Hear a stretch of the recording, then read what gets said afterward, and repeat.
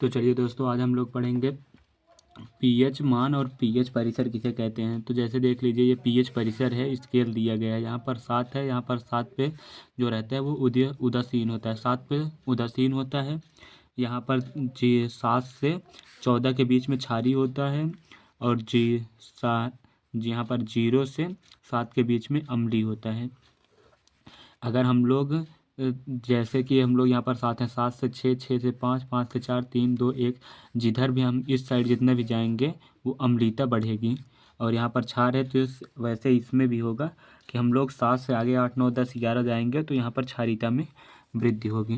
तो चलिए हम लोग देख लेते हैं लॉग का मान, क्योंकि लॉग का मान के आप लोग को सवाल जब मिलेगा तो लगाने में हेल्प मिलती है। चलिए जैसे देखते हैं, log 1 का मान 0 होता है, log 2 का मान 0.3 होता है, log 3 का मान 0.46 होता है, log 4 का मान 0.6 होता है, log 5 का मान 0.7 होता है, log 6 का मान 0.78 होता है, log 7 का मान 0.82 होता है, log 8 का मान 0.88 होता है, log 9 का मान 0.95 होता है, log 10 का मान 1 होता है।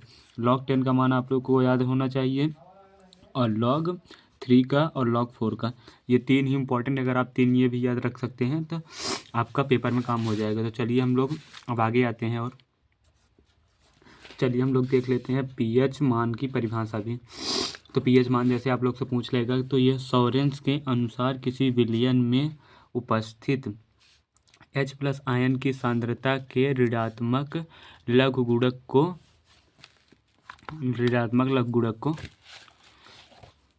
उस विलयन का पीएच मान कहते हैं। अर्थात किसी विलयन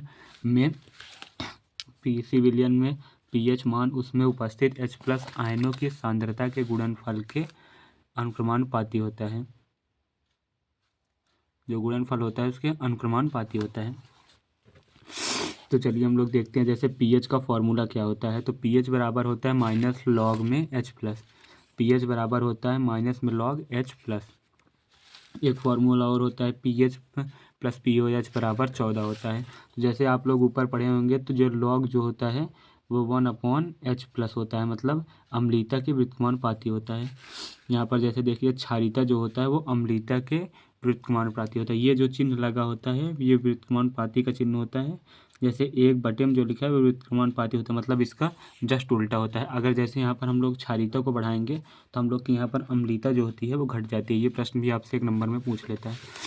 तो चलिए हम लोग सवाल करने के लिए कुछ देख लेते हैं। जैसे ये आपको याद रखना पड़ेगा, तो log m/n, तो log m minus log n हो जाता है। इसका जो होता है, जैसे log m/n लिखा है, आपसे जैसे सवाल दे देगा यहाँ पर कि, चलिए मैं इधर दिखा दे रहा हूँ। जैसे आपको सवाल दे देगा कि log 4/5 का मान बताइए, तो आपको लिखना पड़ेगा जैसे log में 4 log m-n होता है। तो जो ऊपर वाला रहता है log 4 माइनस log 5, जो भी वैल्यू आएगी ये वाली, क्योंकि इसकी वैल्यू बड़ी होती है, log 4 की वैल्यू छोटी होती है, जो भी आंसर आएगा वो आपका माइनस में आ जाएगा।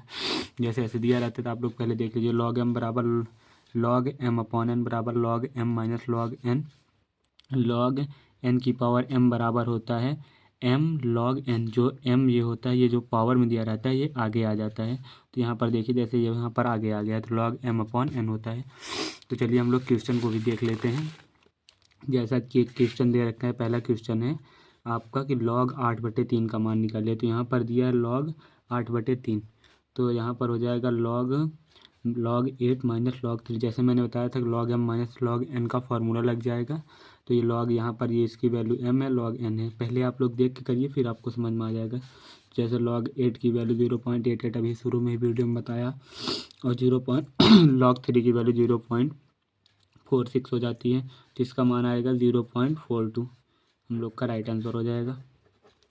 तो चलिए जैसे आप लोग इसका निकाल के देख लीजिए, अगर नहीं आएगा तो अगली वीडियो में हम ये log 16 का मान निकालिए, log 25 का, log 27 का, log 31 का, log 4/5 का मान भी निकाल लीजिएगा। तो चलिए हम लोग आते हैं दैनिक जीवन में पीएच के उपयोग कौन कौन से हैं। चलिए, तो दैनिक जीवन में पीएच के हम लोग उपयोग को देखते हैं। दैनिक जीवन में पीएच के उपयोग, चलिए पहला नंबर है कि ये पौधे एवं जंतुओं के पीएच के प्रति संवेदनशील होते हैं। आप लोग वीडियो को पहले लाइक कर दीजिए, फिर हम आगे बढ़ रहे हैं। कर दिया लाइक, चलिए आगे बढ़ते हैं।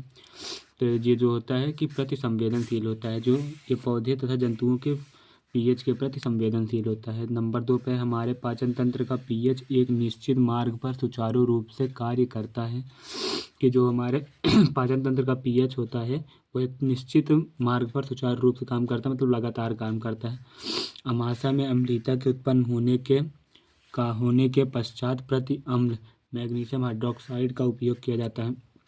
जैसे कभी भी पेट में अम्लता बढ़ जाती है तो हम लोग इनो ले लेते हैं, तो इनो में क्या रहता है, मैग्नीशियम हाइड्रोक्साइड डाला जाता है। ये प्रश्न आपसे पूछ सकता है डायरेक्ट भी 1 नंबर में।